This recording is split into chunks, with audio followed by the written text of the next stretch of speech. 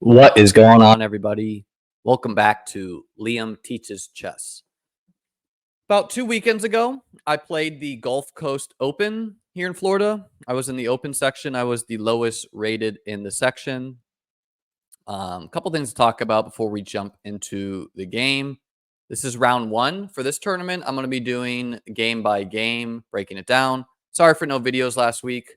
Hurricane rolled through Florida, so didn't really have time. But what I can tell you about this tournament is a couple of things. Number one, these first two games are game 60, and then the second three games are game 90 plus I believe a 30-second increment. So they are FIDE rated. I looked up chess tournaments on Friday, and I didn't see this tournament because it had a start date of Friday.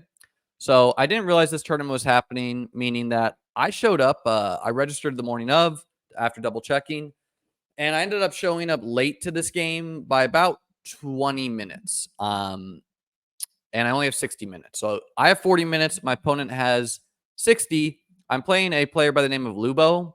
He plays at my local club. He's roughly 2080 USCF, and I'm about 1860 and change. So although he's much higher rated than me, I played him in a bunch of close games. I won one game as white. We only played two games as white. I believe we're 1-1. And I think I'm like 0-4 as black. So this is round one. He plays d4. I play knight f6, the king's Indian defense. He plays c4. I play g6, knight c3, developing a piece. Bishop g7, developing my bishop, preparing to castle. Knight f3, d6, h3, castles, e4, and e5. Now, the basic idea of the king's Indian defense is you play in the direction of your pawn chain. So black generally tries to get in this move f5, and they try to checkmate the king over here. And white usually plays a move like d5, and they try to expand on the queen side. And if they can avoid being checkmated, they usually win the game. Something to be aware of is what my opponent did in the game, taking, is not considered good because it allows black to fully equalize immediately, which the king's Indian, it's a little bit of a dubious opening. So if your opponent is equalizing right away, usually you're just not playing the best lines as white. Something to be aware of is something like takes, knight takes e5. You may think you're winning a pawn here, but this doesn't work because knight takes e4 is a well-known trap. If you take the knight back, the bishop ends up capturing the knight, and you reach a position that is just objectively drawn if black is not a little bit better. And then, of course, if instead white tried something like knight takes f7, well, this fails for a couple of reasons. One of them being bishop takes c3, check, pawn takes back, king takes knight, where the knight was attacking your rook, and black has 3 minor pieces. You only have 2, so you lost a piece and the game there. That's not what occurred in the game. My opponent did trade queens and then played bishop g5, and I played a couple blitz games here, and I've gotten myself in trouble before where my opponent plays like knight d5. They put pressure on the pin piece. So I played rook e8, getting out of any nasty pins. My opponent thinks for a while and plays rook d1. I'm not quite sure why they didn't just castle queenside, get your king out of the center. I think that is just a better plan here. But they did play rook d1, and I played the move h6, just giving my king a little bit of lift, trying to exchange these bishops, or exchange the bishop for my knight. He plays bishop h4, and I play c6. And I had to think here for a while because I just had to be aware of tricks like knight takes e5, rook takes e5, and rook d8.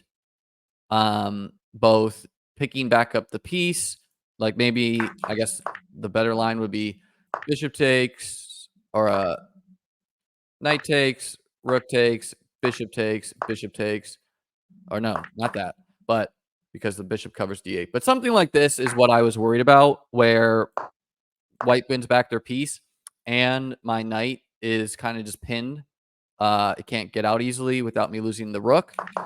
So, had to be aware of those things, but I think against anything like knight takes, e5, I have several responses. One I can take because, um, I'm gonna maybe get this pawn. I think also knight takes e4, where now my bishop is threatening to win the knight, and if you take back, I might be pinning your knight still, even though I lose this piece. I can put pressure on the pin piece, so whatever. I'm playing c6 to stop the knight from jumping into d5 and putting pressure on this knight. And my opponent plays bishop g3. You can see the engine thinks that's a mistake. I play knight b d7, perhaps trying to jump this knight into c5. He plays bishop d3. I play knight h5, looking to trade the knight for the bishop, or maybe place my knight on f4. And my opponent plays knight e2, which surprised me. I thought bishop h2 was a better move, not allowing me to trade off my knight for the bishop.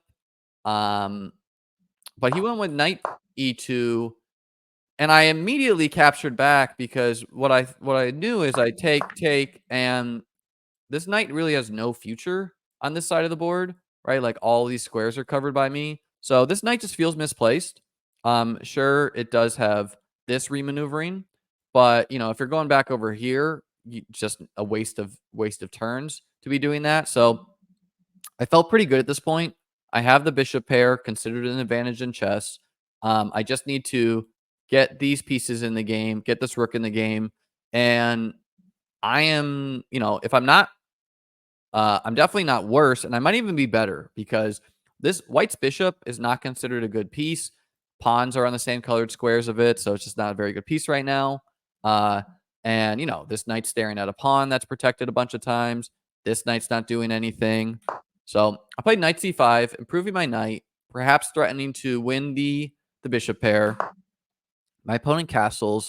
I play bishop e6, gain the bishop in the game, and now threatening, like if white just plays king h2, just to waste a turn, they would lose the game due to knight takes d3, rook takes d3, and then bishop takes c4, skewering the rooks.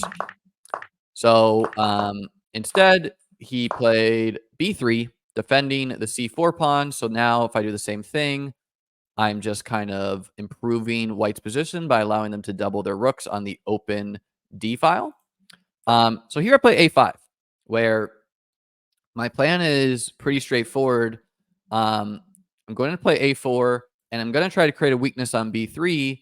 If again I just try to waste some turns, A4 can never be met with B4 because again you run into this same exact tactic that we looked at.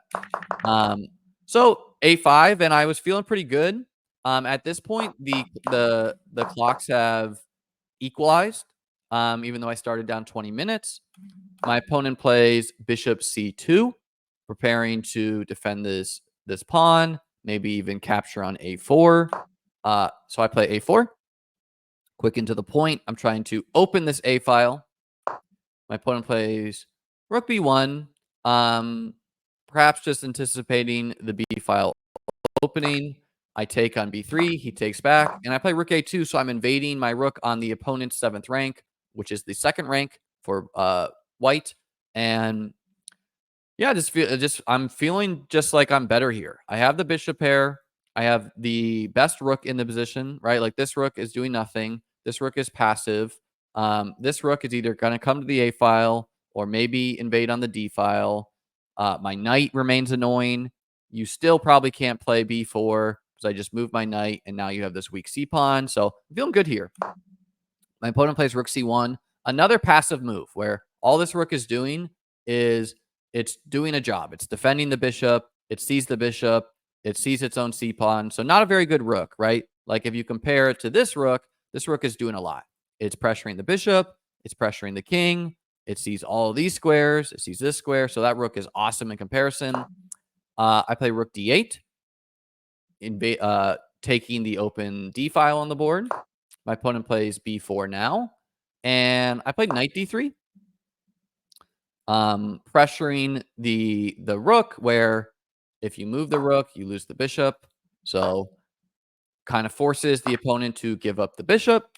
I take with the rook, And still, I feel great here where, um, you know, my opponent has these pawns, which are kind of weak, and I have the better rook. This rook is also better than my opponent's rook. So my opponent plays b5. And here I played f5, kind of just thinking that, like, I can't just hang around and let my opponent invade with his rooks. I got to try to get my pawns rolling, get these knights dislodged, and my hope here is I want to place this rook on d2 where my rooks together can just try to gobble up these pawns, but I need to get this knight removed from defending d2 first. My opponent mentioned I should probably have played c5 here, and the engine agrees, where I'm just trying to shut down any counterplay for my opponent where I have the better position. My opponent can never challenge me on the A file or challenge me on the D file, because if you do either, I will simply trade rooks and then take a free C pawn, and your B pawn will drop soon after. Same thing if you challenge the open D file. I mean, I don't even need to trade, but I would trade, and then I would take this pawn and win your B pawn, and then this pawn would be a problem. And again, I have the bishop pair in advantage, so probably should have considered that. We're both low on time at this point. I played f5. My opponent takes. I take back. They play rook b8. I'd originally intended to play king h7, but I realized that king h7 pins my bishop, and maybe my king wants to get into this game. So I decided king f7. My opponent takes on f5. I take back. And then they play knight h5, which is kind of annoying because I want to keep the bishop pair. I can't play bishop f6. You take it. Can't play bishop h8. You take it. I can't play bishop f8 because I lose the game due to a fork and the pawn. So annoying move by my opponent. And I think for a while, and I play e4. Um, where my opponent has 8 minutes and I have 13 minutes at this point. And again, my plan is to dislodge this knight and play rook d2. My opponent plays knight e1. I didn't think this was the best move. I thought either checking me and then like taking was good, where now you can jump into e5 where my rook is attacked, my bishop is double attacked. This would be game over for me, for example.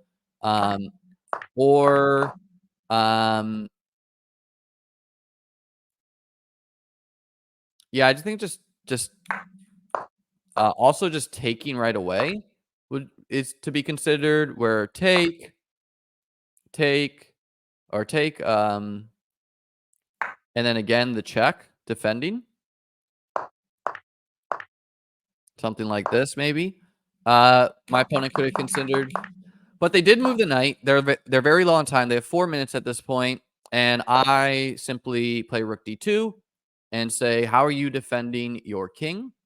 My opponent plays rook b7, and I don't want to bring my rook back. I want to keep this threat. So I play bishop d7, shielding my king for now. My opponent grabs my dark squared bishop, where now my bishop was threatening to get into the attack, and so I have to take back. They play knight c2, and their hope here is that if I do something like rook takes knight, well, then they would do rook takes bishop, and we would, we would reach a position like this, where white is up a pawn. I'm probably going to win this pawn. I have the more active king, but this is looking pretty drawish if I trade the pieces. So, of course, I'm not going to help them trade. I simply play king f6, getting my king out of the drunk arrow, getting my king out of the pin and trying to march into the dark squares. My opponent plays knight e3. I play bishop e6, freeing up my rook to take on f2, because if I just take here, he takes my bishop, and I can't take on g3 due to the knight. So I play bishop e6. My opponent plays rook c7, threatening my c-pawn. I take on f2. He takes on c6. And I play king e5. And I calculated all this, and I felt pretty comfortable, where there's really no squares to worry about the knight. I'm not worried about any rook checks. I just move out of them, right? And now my plan is to dislodge the knight and then gobble on G2. And here, my opponent played really the only try they have, which is rook, or they played C5. I played F4, dislodging the knight. They sacrificed the rook for my bishop. I took back. They played C6. I took their knight. They played C7. I checked them. They played King H1. And I calculated that rook C2 was simply winning, where G8 queen, rook takes, and I just have a winning position where I have this pawn is going to queen. You have to do passive defense. I simply get my king in the game, get the rook to help, and this is a win for me. Now, I should have spent more time here because by this point, I have maybe 6 minutes and my opponent has like 1 minute. And if I had spent a little bit more time calculating, I'm capable of doing this. I've just a little bit out of practice. I haven't been playing slow chess. And so I was just kind of lazy here. But if I had spent some time calculating, I would have realized rook H2, rook G1, rook A G2, king F1, and then not rook F2, where white plays king G1 and I don't have checkmate, but the simple E2 check, king E1, and then either rook checks win, rook H1, king D2, and E8 queen is a double check where you cannot take the queen because you're still in check. My pawn attacks this square, so this would just be checkmate. Instead, I first took the pawn check, and then I traded off my rook for the queen. And here I play E2, forcing my opponent to play rook C1. I play king E5, getting my king in the game. I need to get my king to come help. My opponent plays king G2. God, did he really play king G2?